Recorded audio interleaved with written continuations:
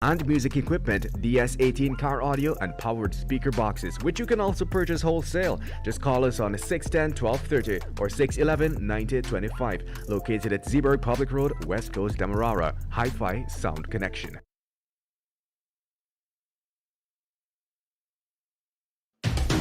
Diana, join me on the Glenn Lal Show every Monday, Wednesday, and Friday at 7:20 p.m. and a rebroadcast at 11 a.m. The Glenn Lal Show only on Kaieteur Radio 99.1 and 99.5 FM. This is the news on top of the hour. Live from our studio in Georgetown. Kaieteur Radio 99.1 FM. Good evening. Welcome to this evening's newscast in Kaieteur Radio. Kevin Smith here. Without further ado, let's get to the news in detail. While Suriname still has a few years to go before offshore oil production commences, it has outlined a suite of high standards for all oil companies to follow. One such principle applies to insurance for oil spills. The Dutch-speaking nation has made it a practice to only accept full coverage insurance from the parent companies operating in its backyard. This was confirmed by the former head of Staatsolie, Suriname's national oil company, Mr. Rudolf Elias. Elias noted that all the companies operating in its basin are very well prepared to handle the possibility of an oil spill, not just during the oil production stage, but in exploration as well. Elias said Suriname and the entire oil industry, by extension, understands the importance of being well prepared, especially when one recalls the lessons of the tragic Deepwater Horizon oil spill, which occurred in April 2010 in the Gulf of Mexico on the BP-operated Macondo prospect. And moving on. Successfully achieving good governance policies to avoid the resource curse is easier said than done, and some symptoms of the Dutch disease have begun to appear locally. So said former minister in the PPPC administration, Geoffrey De Silva. De Silva was adamant that the production sharing agreement signed between Exxon with its partners and the former APNU-AFC government of Guyana has to be changed. Observing that the PPPC government's position is that they cannot renegotiate because they have to adhere to the sanctity of contracts, De Silva was unwavering in his position. I quote, "Until the wicked, hypocritical, and onerous provisions of this PSA are renegotiated, as was done in Trinidad and Tobago and other countries, the people of Guyana will be denied the sanctity of their self-respect and well-being."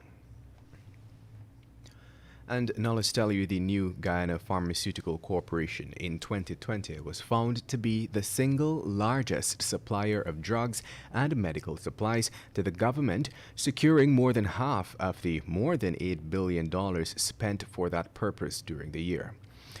This was documented by the Auditor General Deodat Sharma in his audit findings for the Ministry of Health for that year. New GPC, owned by Dr. Rajesh Singh Bobby Ramroop, topped the list of 33 providing supplies to the government for contracts higher than $6 million, securing some $4.4 billion of contracts. Compounding the situation, the Auditor General, in his report, observed that only the sum of $551 million was covered by the bank guarantees, and as a result, should the suppliers default on the supply of goods amounting to the difference of $1.16 billion, the ministry could encounter difficulties recovering this sum. And now let's tell you, a Guyanese citizen who resides in Canada recently vented his frustrations about the state of Guyana's main thoroughfares, describing the infrastructure as abortion roads due to the quote-unquote craters, which he believes ought to be fixed with the country's oil wealth.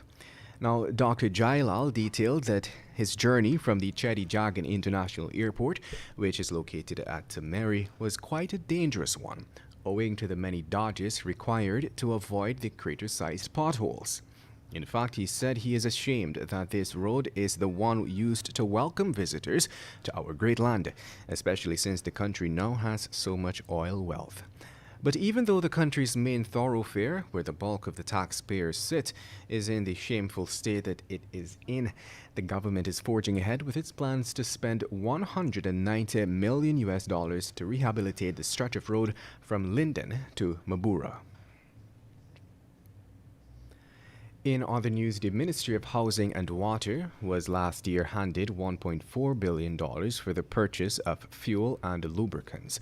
But according to the findings of the Auditor General, the ministry, headed by Substantive Minister Colin Crowell, was in the habit of prepaying for fuel to the tune of hundreds of millions of dollars. Auditor General Deodat Sharma, in his findings, detailed in the 2020 report on government spending for that year, found that amounts totaling $1.356 million were budgeted for fuel and lubricants for the period under review, and according to the appropriation account, the full sum was expended. It was noted, however, that an audit examination of the fuel register and guy oil statements revealed amounts totaling $504 million to the ministry by Guy Oil, as at December 31st, 2020. Sharma has since recommended that the head of the budget agency, the permanent secretary, desist from the practice of prepaying for large quantities of fuel beyond its consumption needs. And with that, we've come to the end of this evening's newscast. I'm Kevin Smith. Thank you for listening. Coming up at 19 hours 20 is the Glenn Lal Show. Tell it as it is.